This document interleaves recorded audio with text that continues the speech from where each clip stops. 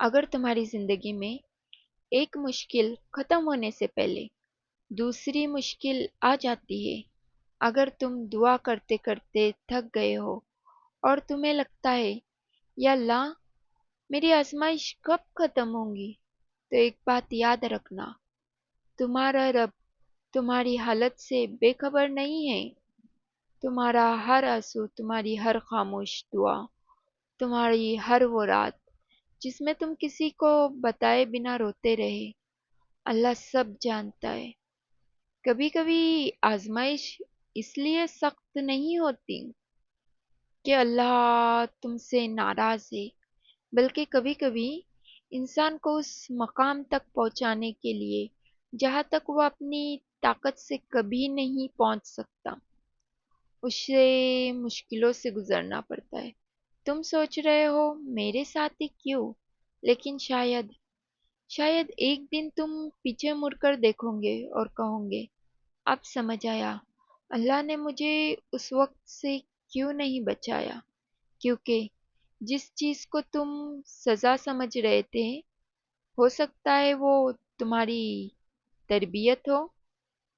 جس دروازے کے بند ہونے پر تم رو رہے تھے، ہو سکتا ہے اللہ تمہیں کسی ایسے راستے سے بچا رہا ہو جس کا انجام تم نہیں جانتے تھے۔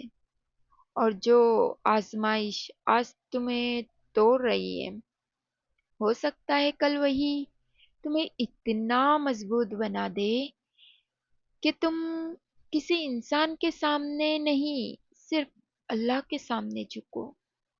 تو اگر آج تمہاری آزمائش سخت سے سخت ہوتی جا رہی ہے، تو ہار مت ماننا، دعا کرنا بند مت کرنا، نماز سے دور مت جانا، اور یہ مت سوچنا کہ اللہ نے تمہیں بھلا دیا ہے۔ کبھی کبھی اللہ اپنے سب سے قریبی بندے کو کبھی آزمائش سے گزارتا ہے، لیکن یاد رکھنا آزمائش کا مطلب یہ نہیں کہ تم اکیلے ہو۔ کبھی کبھی آزمائش کے بیچ ہی اللہ کی مدد سب سے قریب ہوتی ہے۔ اس لیے آج اگر تم ٹوٹ رہے ہو تو اللہ سے کہو یا اللہ میں کمزور ہوں لیکن تو سب سے طاقتور ہے نا، مجھے اس آزمائش سے نکال دے اور میرے دل کو اپنے فیصلے پر راضی کر دے۔ اور یاد رکھنا، جو رات کتنی بھی لمبی ہو، صبح ضرور ہوتی ہے۔ تمہاری مشکلیں تمہاری پوری زندگی نہیں ہے، یہ صرف تمہاری کہانی کا ایک حصہ ہے، اور ہو سکتا ہے تمہاری زندگی کا سب سے خوبصورت چیپٹر ابھی لکھا جانا باقی ہے۔ تو صبر رکھو، دعا کرتے رہو، کیوں نہ کہ کبھی کبھی جب لگتا ہے کہ اللہ کی مدد سب سے دور ہے، تبھی اللہ تمہارے لیے سب سے بہترین راستہ کھول دیتا ہے۔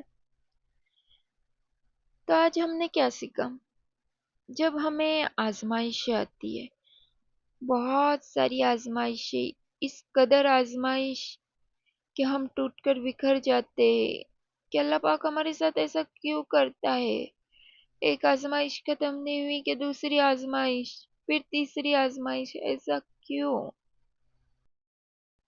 کبھی کبھی آزمائش اتنی سخت ہوتی ہے کہ ایسا لگتا ہے ٹوٹ گئے ہیں، بکھر گئے، اللہ ہمارا ساتھ ہی نہیں دے رہا۔ ایک آزمائش ختم نہیں ہوئی کہ دوسری آزمائش شروع ہوتی ہے۔ ایسا کیوں کر رہے اللہ تعالیٰ ہمارے ساتھ؟ کہ اللہ پاک ہم سے محبت نہیں کرتے؟ ہم نے تو کبھی کسی کا برا نہیں چاہا، پھر کیوں ایسا ہمارے ساتھ ہو رہا ہے؟ وہ اس لیے ایسا ہو رہا ہے تمہارے ساتھ کیونکہ اللہ پاک تمہیں آنے والے وقت کے لیے تیار کر رہا ہے، تمہیں مضبوط بنا رہا ہے۔ مشکلیں تمہیں توڑتی نہیں ہے بلکہ مضبوط بناتی ہے۔ جب کوئی مشکل آئے تمہارے سامنے اور تم اس کا ڈٹ کر سامنا کرو، تو تمہارے اندر وہ طاقت، وہ برداشت کرنے کی ہمت بڑھ جاتی ہے۔ اور آنے والی زندگی میں کتنی ہی مشکلات کیوں نہ آئے، وہ تمہیں مشکل نہیں لگیں گی، تم اسے چٹکی بجاتے ہی سالو کر لو گے، کتنی ہی پرابلم، کتنی آزمائش کیوں نہ آئے، اسی لیے اگر اللہ پاک تمہیں ابھی آزمائشوں میں ڈال رہا ہے، تکلیف میں ڈال رہا ہے، تو اس کا یہ مطلب نہیں ہے کہ وہ تمہیں تنہا چھوڑ رہا ہے۔ تم سوچتے ہوں گے یہ کیسی محبت ہے، وہ تو میرے سے 70 ماؤں سے زیادہ محبت کرتا ہے نا، تو پھر یہ کیسی محبت ہے کہ وہ مجھے آزمائش میں ڈالتا ہے، مجھے رلاتا ہے، مجھے تکلیف دیتا ہے۔ اب مجھے ایک بات بتانا، جب ہم بچپن میں بیمار تھے، ہمیں بخار آتی تھی اور ہم ضد کرتے تھے کہ امی مجھے آئس کریم کھانا ہے، کیا تمہاری امی تمہیں آئس کریم دیتی تھی؟ نہیں دیتی تھی۔ تم روتے تھے امی مجھے آئس کریم کھانا ہے، لیکن امی کیا کہتی تھی؟ نہیں، بالکل نہیں ملیں گی تمہیں، تمہاری طبیعت اور خراب ہو جائیں گی۔ وہ ایک ماں ہے، کیوں نہیں دیا؟ اس نے تمہیں رلایا، کیا اسے تمہارے آنسو دیکھنا پسند ہے؟ کیا اسے اچھا لگتا تھا کہ تم رو رہے ہو آئس کریم کے لیے؟ نہیں، اس کا دل تو کٹ کے رہ جاتا تھا نا کہ تم رو رہے ہو، اس کا بچہ، اس کی اولاد رو رہی ہے، لیکن پھر بھی وہ تمہیں آئس کریم نہیں دیتی تھی۔ کیوں؟ کیونکہ تم بیمار ہو، اور اگر تم آئس کریم کھاؤ گے تو تم اور بیمار ہو جاؤ گے۔ تمہیں اس چیز کی سمجھ نہیں تھی نا، تم بچے تھے نا، تمہیں نہیں سمجھ آتا تھا نا کہ تم بیمار ہو، تمہیں بخار ہے، تمہیں پتہ ہے، لیکن تمہیں یہ سمجھ میں نہیں آتا تھا کہ وہ آئس کریم کھانے کے بعد تمہیں اور تکلیف ہوں گی، لیکن تمہاری ماں کو تو سمجھ آتا تھا نا، اسی لیے وہ تمہیں نہیں دیتی تھی نا وہ آئس کریم۔ تو اب سوچو، جب ایک ماں تمہارا اتنا خیال رکھتی ہے تو اللہ تعالیٰ تو 70 ماؤں سے زیادہ محبت کرتا ہے، اس کی محبت کتنی بڑی ہے۔ اب تم کہتے ہو کہ میری زندگی میں مشکلات آ رہی ہے، تم رو رہے کہ اللہ کو تمہارا رونا نہیں دکھ رہا، دکھ رہا ہے، وہ بھی تڑپتا ہے تمہیں روتے ہوئے دیکھ کے، اسے بھی بے چینی ہوتی ہے کہ تم رو رہے ہو، اسے بھی تکلیف ہوتی ہے کہ تم رو رہے ہو، لیکن وہ خاموش ہے۔ کیوں خاموش ہے؟ کیونکہ اسے پتا ہے یہ جو درد ہوگا یہ تمہیں توڑے گا نہیں، تمہیں مضبوط بنائے گا آنے والے وقت کے لیے، اس لیے وہ کچھ نہیں کر رہا ہے ابھی، اس لیے وہ خاموش ہے ابھی، وہ تمہارے مستقبل دیکھ رہا ہے۔